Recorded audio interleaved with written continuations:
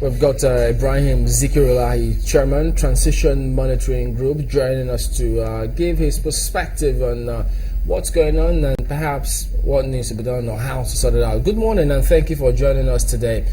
Well, yes, we did know that you addressed some of these matters only recently, but we've seen several headlines, some headlines now in some of today's dailies, where the president was quoted to have said that, well, we're correcting some of the mistakes that we're making. So in that context, could you then say that at least there's hope that some of the issues that you raised will or are being addressed?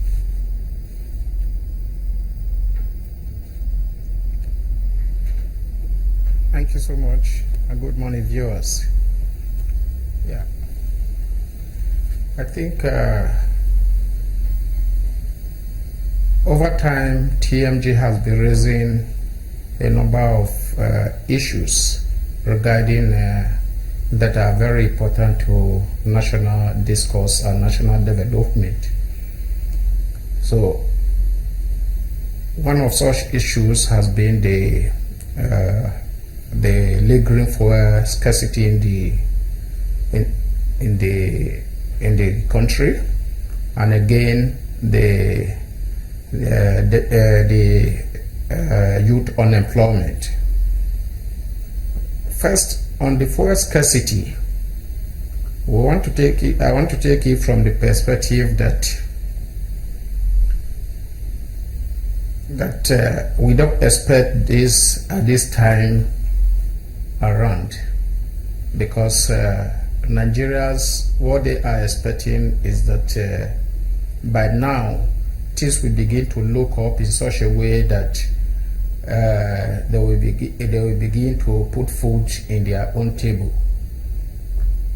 But we have seen clearly that the situation in the country is really overwhelming in terms of the rot in the system. So when we talk about fuel scarcity, the legal fuel scarcity, we must understand that there is no poor man in this country that has a filling station.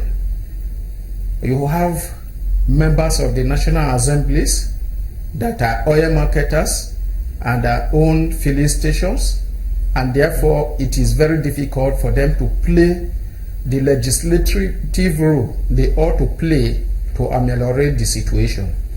And then again, you have some businessmen that over time have been profiting from the rotten system, and therefore they will not want things to go well.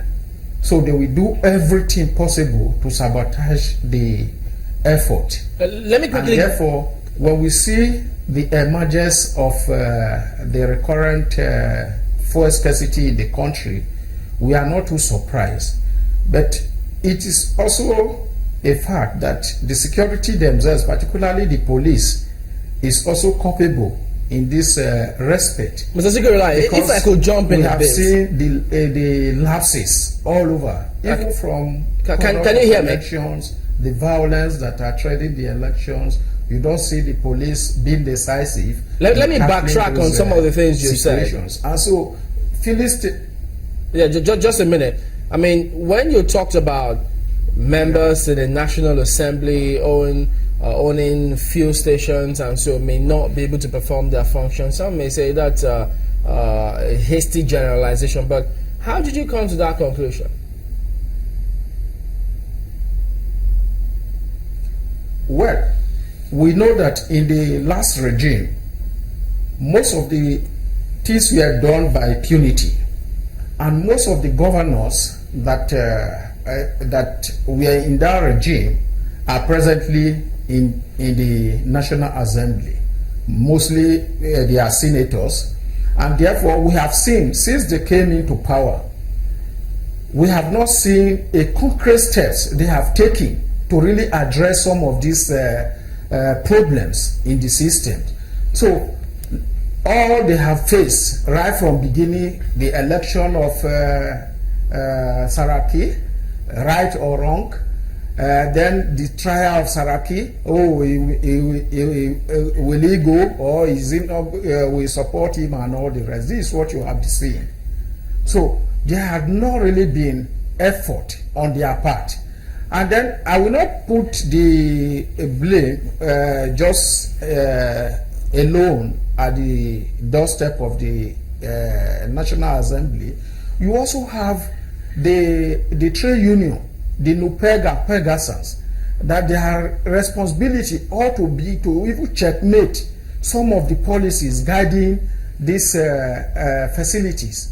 But all you see them busy doing now is negotiation of salary, demanding for increase of salary every now and then, going on strike for every slight excuses.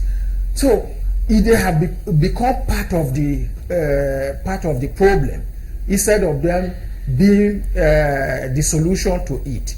So they are there to shape the policies of the government, the policies of the actions of the businessmen, but we are not seeing that currently.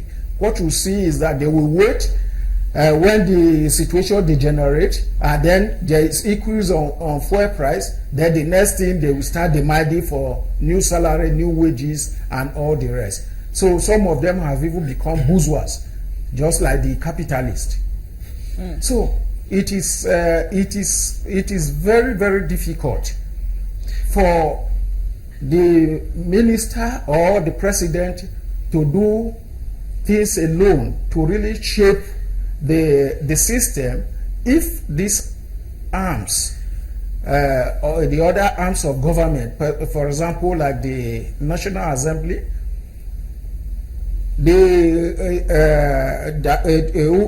that is responsible for playing oversight role.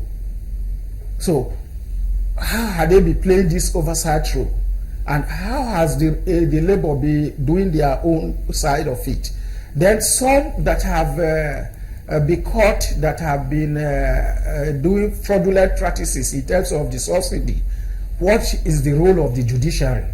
So all these things put together are what has made the situation what we find today. Don't forget that immediately the government of President Buhari was inaugurated, people looking at his antecedents in the past immediately start to behave normal. You can travel from Abuja down to Lagos without any policeman asking you what do you carry or what do you have to give.